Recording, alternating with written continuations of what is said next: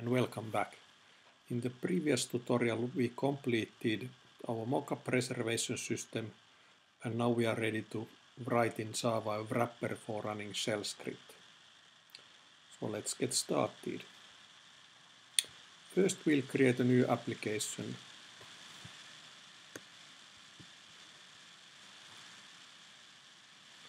Let's select generic application. Let's call this, for example, script wrapper.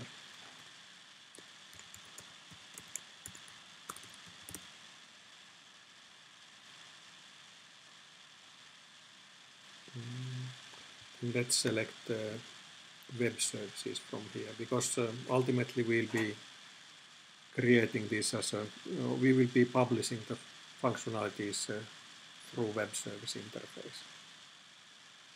Sorry, I think I'll also need to name give the project the same name, script wrapper. I think everything is fine here. Okay, so we have a project application called script wrapper with the project called script wrapper. So now we are ready to start. So first we'll create a Java class. Let's call this, for example, let's see what we should be calling this. Let's call this with the same name. Let's call this script wrapper. This will be the main class. And this will also implement the main method, but maybe, okay, yeah. Let's select also main method here. And okay.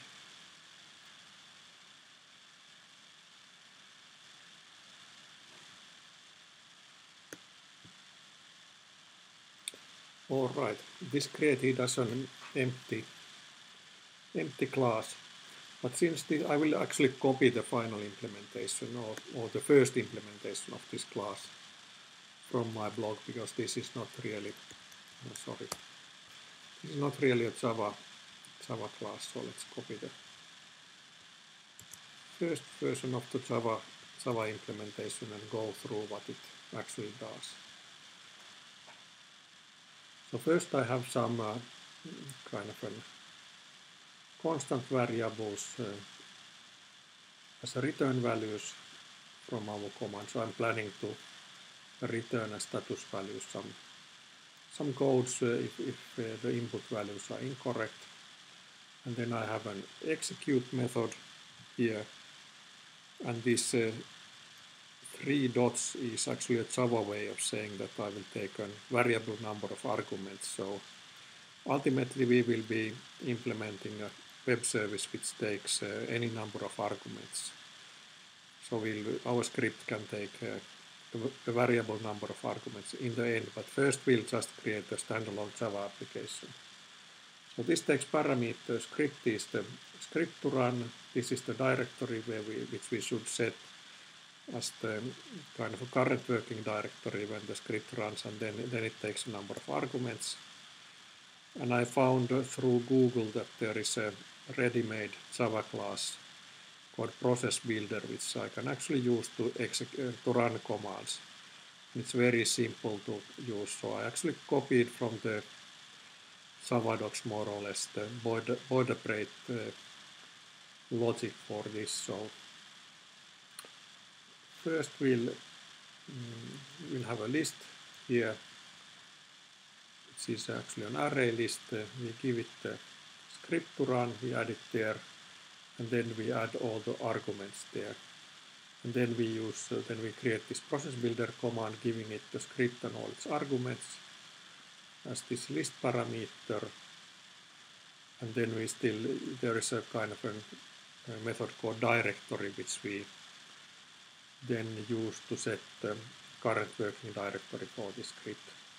And then we just use the start method of this process builder to actually start the command and giving it all its parameters, and then we use the wait for method to wait for it to end. And then based on there is a variety of exceptions that this process builder can throw back, and based on that one I return. So for example, if there's an IO exception, I return an IO error.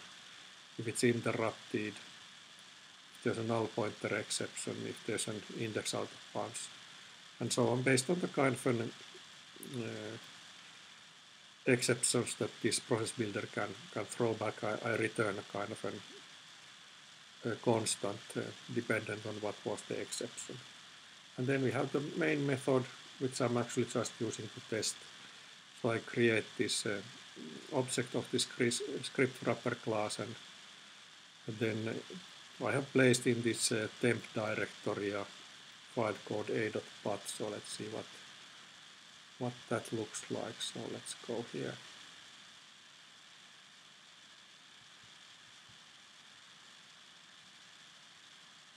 And here I have